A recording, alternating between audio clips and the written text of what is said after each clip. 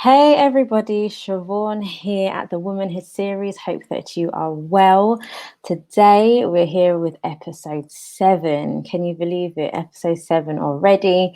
And we have an extra special episode. We've been asked to extend the tech session that we did. So if you haven't seen it, please go back and watch it. It's all about being in a male-dominant industry and how to navigate it.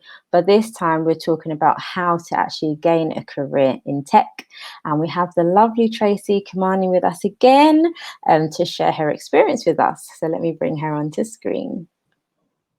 Hey, Tracy. Hey, Siobhan. How you doing? You okay? I'm doing good. How are you? Yeah, I'm well, thank you. Good. Can't complain. Really can't Yes, complain. that's good. So thank you for being with us again. Welcome anytime. No, it's lovely. It's lovely that we've been asked to do an extension because your first episode really touched people. It touched a lot of the young girls who are in between like college and university and some secondary as well, who are thinking of roles in tech. So it was amazing. And now we're back here now to ask for your expertise on how you get into tech. Okay. Right, so it's going to be dominantly questions that we've been asked. So I'm just going to reel them off bit by bit and just go ahead and fire your answers away. So the first question we received is about qualifications. So what type of qualifications do you need to get into the tech industry? Okay, so with tech, it's very flexible, I would say. So I went down the degree route. So you can either have a degree in computer science, business information technology, those sort of degrees, or you could even have, if you're in a position where you've qualified and the degree is not in tech, don't worry, because you are still bringing skills from that degree into your job, and you can always easily transition. So that shouldn't be a problem as well. Other qualifications, you can go through a boot camp route, and this could be an intense 16-week course, maybe to become a software developer, for example, and then from there you'll be able to apply onto junior roles. You could also, what could you also do? Yeah, those are the main things. Boot camp, internships as well. So you can actually directly contact a company, see if they're doing an IT internship, and from there start your way up, building your way in the tech industry. So yeah, those are the routes that you can take qualifications wise. Yeah. Fantastic. So you mentioned boot camp. Yes. I've never heard of this before. So can you tell us a bit more on that? So I'm actually currently enrolled in one at the moment. So I'm in a 16-week one to become a software developer. And what it is, so for boot camps, it's more intense within a short space of time. It could be 16 to 24 weeks. So mine is dedicated 3 days a week, 2 hours each day. And literally they teach you the foundations of the course that you want to go into. So for me, how they're doing it is Monday and Wednesday, it's more theory work, and we're actually doing exercises. And then on Friday, we split up and do group work just to get us into the mindset of how it's going to be at work. We're all going to be working as a team. So we just create projects with each other, present projects to one another on Mondays to the whole group.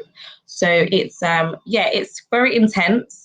I think with a degree, you have more time to take in all the information. However, if you are looking for career change and you don't want to obviously go down the degree route, a boot camp is very much pushed onto us and encouraging us to go down that route. So yeah, that's what it is. Amazing. And so do you have to be employed already in tech to access a boot camp, or is that something that anybody could access? Anybody can do, especially because a lot of people maybe are looking for a different career. You don't have to be in tech. Just the skills that they're just looking for, someone that's willing to learn. Some people don't have any coding experience before the boot camps as well. So some people are starting from fresh, some people starting from maybe an intermediate level. So it's okay. It doesn't matter if you're working or not. You just need to dedicate your time to the boot camp and follow it through to the end. Yeah. Oh, fantastic. Yeah.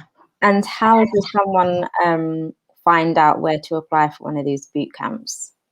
So I can actually send you an email, or I'll try and send you some resources that I have, because basically I have signed up to various tech newsletters. So I actually received the newsletter and I saw, oh, and they're normally quite expensive, and this one was free.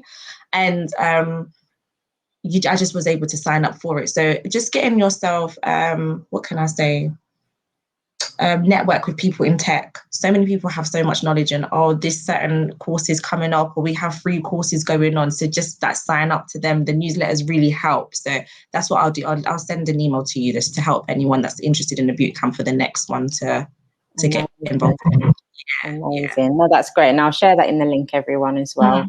So yeah, that would be great. Thank you, Tracy. Welcome. So the next question is experience. Now you've touched on that. You have just touched on that. But so obviously you've got a career in tech.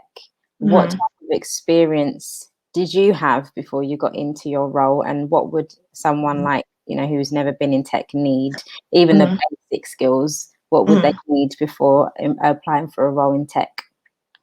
So for me, I literally just had my degree as experience. I never worked in my field before, and I literally was able to graduate and get a job, thank God. But if you are not able to, like, what can I say? Even if you don't have a degree, for example, experience-wise, I would say start making mini projects if the job that you want to go into is coding, for example. So even if you haven't worked in a tech job, they can see that you've taken the time out to create mini projects, and you've got a portfolio for yourself. And just like with the bootcamp I've just spoken about, they're really encouraging us to make a portfolio to show our work.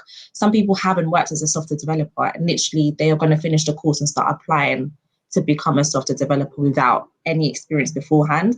So I would definitely say that maybe get involved in free courses that can just show that you've been interested and taking the time out to learn. So I completed one last year, a foundation into web development, and I completed that. And some girls have gone on to maybe create just more projects and then applied for a job. So I would say, in terms of experience, a lot of that would just come from self-learning, but also applying, even if you've worked in retail or in the finance industry or fashion industry, whatever skills you have from there, it's not just coding, but your pure organizational skills, your non-technical skills. They are looking for that, because with tech jobs, I feel like as women as well, we feel, oh my gosh, I don't know how to code, or I don't know how to do this enough. And we see that men are just literally on the go in their job, because obviously they're dominating it and they're doing what they're doing. But I would say we forget about the non-technical skills, and the coding skills you can always learn on the job. So I would say not to worry about that as much. Yes, you have to show that you're willing to learn when you're applying for the job, but showing that I can bring this to the company, then it's great, because they're looking for team members at the end of the day, because it's teamwork, and nobody can teach you those skills, only you can present them. So that would be things to just concentrate on. Fantastic. Yeah. A lot of information. I love it. I love it. So you touched on team working skills just now. So how important is it to have those team working skills in this industry? Very important. I feel like we're not always working alone, and to be in this industry, and how the jobs can be overwhelming at times. Just to know that you can communicate and work along with people, it's essential, because you'll get the job done quickly, efficiently, and you're learning from others in the same breath. So it keeps it going. Even like me at work, and I'm always asking my colleagues for help, but they're asking me for help. We're always bouncing off each other. So it is really important. If they do see those skills, it's like you are joining that team. At the end of the day, the work that you're doing, you're contributing to the company. So yeah, it's very important. Cool. Yeah. That is something we'll have to exercise as well, isn't it, over time? Yes. Yeah. Yeah, amazing. Oh, this is really good, honestly. Yeah. I'm sure that all the ladies that have submitted these will be very happy to hear, especially when you said that, just working on your own projects to your skill set is in your experience is good. So skills, what skills are needed in to have a successful career in tech? All right. Skills. So I've touched on the non-technical skills, so your organizational skills. punctuality, communication, team working skills. Just be yourself as well. I feel like sometimes you may feel like, oh, I need to do this because this other person is doing it. No, be yourself. That's so important as well. I would say along with those skills, so the technical skills now, if you know that you're going for a job that requires, for example, JavaScript coding, make sure that you have a little bit of experience in JavaScript so that you are able to show, oh, I know a bit about this language, or if it's SQL, or if it's a certain program or certificate that they'd like, for example. And not all the jobs require coding. So even if you wanted to become a project manager, for example, make sure that you're certified and you've got the certificates there to show that I've actually passed the exam and I'm skilled for this job. So that even if you haven't worked as that, you've gone out your way to actually take the time to learn and do the exam and still present yourself as I'm ready to work as a project manager, for example. I would also say concentrate, especially if you do know the job that you want to go into, look at the job description and see the skills that they may be asking for so that you can match up just a few to your CV.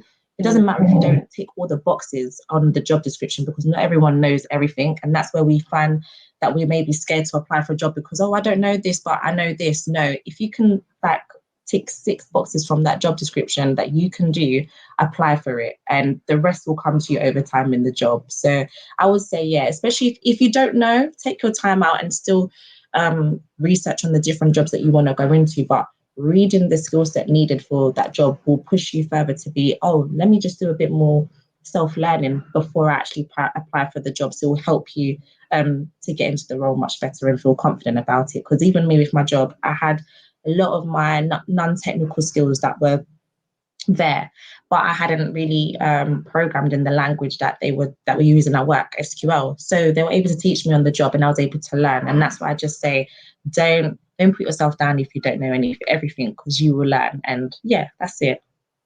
Awesome. Yeah. Awesome. This is good. This is really good. So so I've got another question. So what things would encourage people to go into tech? Salary. And I think you touched on that on the first episode. Yeah. Like, the pay is really good. I can't lie. The pay is good. I think that would encourage people. What else? So what type of salary are we talking about as an entry level? Entry level can start from 28 to 32. That's a really good start. Yeah, and that's only starting, especially, and then think about it as well. Even after like my probation, for example, I even got a salary increase within the first 6 months of being in my workplace. So so there is so much like growth in that aspect.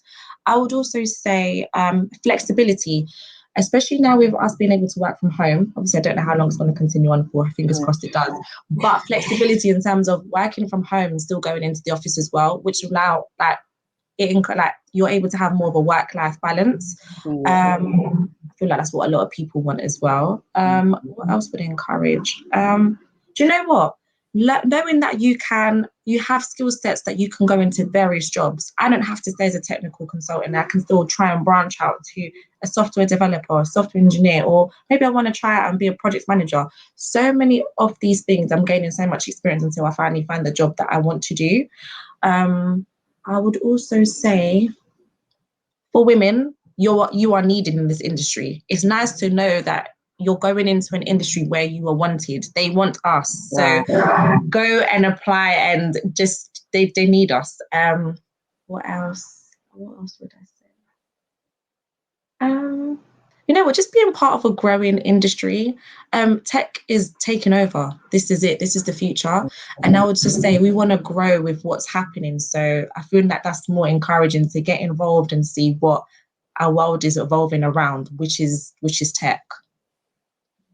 Yeah. Fantastic. All the oh dear, I got a bit of feedback. The creatives as well. It's a fantastic role for anyone who's or industry for anyone who's creative, isn't it, as well? Yes, UX, UI designers, so that working with user interfaces, designs, apps, they all need you. So, and that's also another growing sector as well. I see so many boot camps as well to becoming a UX UI designer, and a lot of people are I'm hearing so many good reviews about the job. So that's the creative part of tech as well that you can go into. Yeah. I might have to consider it myself. I have to consider it myself. No, that's fantastic. Yeah. That is fantastic. That's it. So just to summarize, there's good job prospects, which is you're saying there's loads of different avenues you can go down. The salary is good, flexibility in the role, given a better work-life balance, like you said, which everybody is longing for. Yeah. So and then great creative industry to be in. So and women are needs. Yes. Which is fantastic. Just absolutely fantastic. I look forward to seeing more women. Honestly, it's coming up. Yes, it is. Slowly but surely it is. Yeah, it's amazing. Right, I think we're down to our last question. Okay. So, can you share some of the highlights of being in the tech industry? The highlights. Highlights is what can I say? I would say connecting with a lot of ladies in the industry has been a highlight for me this year, especially. Just to hear what other women are doing, where they have coming from different backgrounds, whether it's a politics degree, biomedical degree, and they have changed and done a career change. It's been amazing. My highlight so far, I got involved in obviously doing the foundation course myself. Then I just finished teaching 30 girls along with 2 other instructors the same course. And it was just so nice to be a part of that and seeing how much growth is happening, how women are interested in it. That was just the highlight to me, because I've actually given back to the girls that are in tech and wanting to, find a job in the industry and trying to explore different avenues.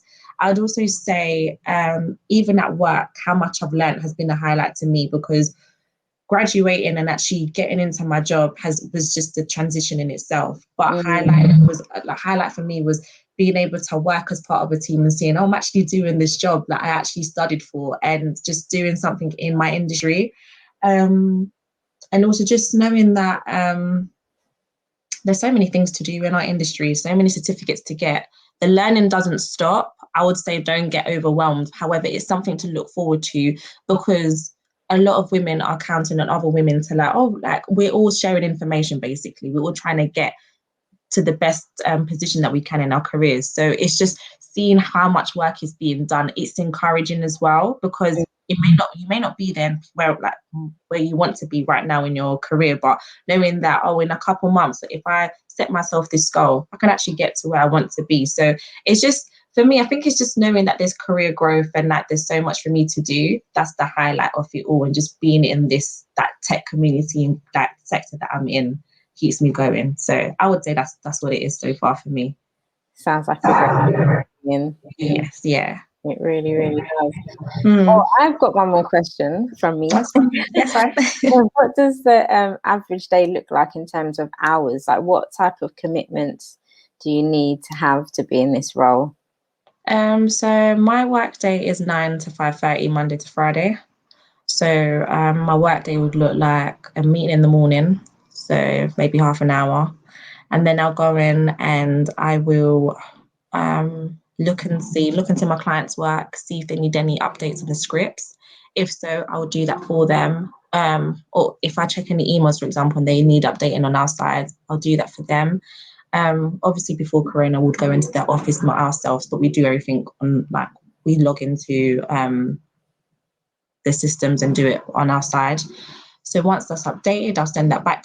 Once that's updated, I'll test it first, and then I will send it to the customer, the client, sorry. And then also I'd be working on testing upgrades that I needed for the systems. So that going in Excel, we've got 50 test cases that I need to go through, making sure each button is working or everything is loading the way that we want it to. Once that is done, then I'm able to deploy that onto that system. And yeah, that's what it is really on a day-to-day basis. Yeah. Okay. So 9 to 5 today. Yeah. Friday. Cool. No, that's good to know. It's good to know. Yeah, that's it. Thank you. Thank you so Thank much for your you. time. It's been fantastic. That is a lot of information, and Yes. it's all very positive and all very clear. So I'm sure everyone who's seen this and will see it later will benefit from it greatly. To have Uh, understanding that, you know, it's an industry that's pretty flexible in terms of mhm, getting into it, certain skill sets needed, qualifications, etc. And the boot camp sounds fantastic as well as an mhm, opportunity mhm. introduce yourself into it as a new career. So yeah, so thank you so much. Welcome. I'd also like to add on, even when like people and everyone that's listening, just when you hear tech, don't feel like you're limiting yourself to just code, like jobs that code. I feel like a lot of us are like, oh, I don't know how to code. If you start off and you like it, go for it. Some people start coding and they actually don't like it at all. And I don't want, and they feel like, oh my gosh, how am I going to fit into the tech industry? No, there are concepts, projects, so many, a UX, UI, just so many other careers that you can actually go into. So I would say take your time and actually research. I will send links to Siobhan to help you, because I've joined so many communities that I started to learn about jobs that I didn't even know that were there. And I started reading on them thinking, oh, maybe this is something I could do, or maybe this is not a bit of me. And I think it's just allowing yourself to be flexible. And even if you were to start off learning the language, continue learning it and don't give up. But then as well, go into something that you like, even if it doesn't require those skills, your non-technical skills are still as important and you will get a good job in it regardless. So just don't limit yourself is what I would say. Yeah. Yeah. Amazing. Don't limit yourself. That's that Yeah. that Yeah. tip that we needed, that cherry on the top. Don't limit yourself. And it's so true, because we do. We're like, Mhm. oh, I don't think I can do it. I want to do it, but I'm not going to have the skills to do it, or oh, I don't have the confidence to do it, or you know. So yeah, don't limit yourself. I love that. Mhm. I love Yeah. that. Yes. Amazing. Thank you so much, Tracy. Yes, please Thank send me you. over any links and I'll add I them will in do. the description. And guys, please like and subscribe and share with anyone that you know will benefit from this as well. Oh, and Um, Tracy, how can people connect with you? so I've got my link. So should I send you my LinkedIn and my Yeah, Instagram? And yeah, yeah, yeah. I'll send that all. And if you have any more other questions, you can always message me. I will respond. So yeah, I hope it's been helpful. Yeah. Oh, honestly, even myself, I'm actually quite tempted. Come and join us, Siobhan. We need you. Yeah, amazing. All right, thank you so much, Tracy, for You're your time. It was welcome. lovely Thank with you. you. Take care of yourself. You too. Bye bye. Bye bye. So that was the lovely Tracy Kimani. We just thank her so much for her knowledge and her wisdom in this. And guys, I hope that it has really benefited you. So if it did, please like and share and subscribe.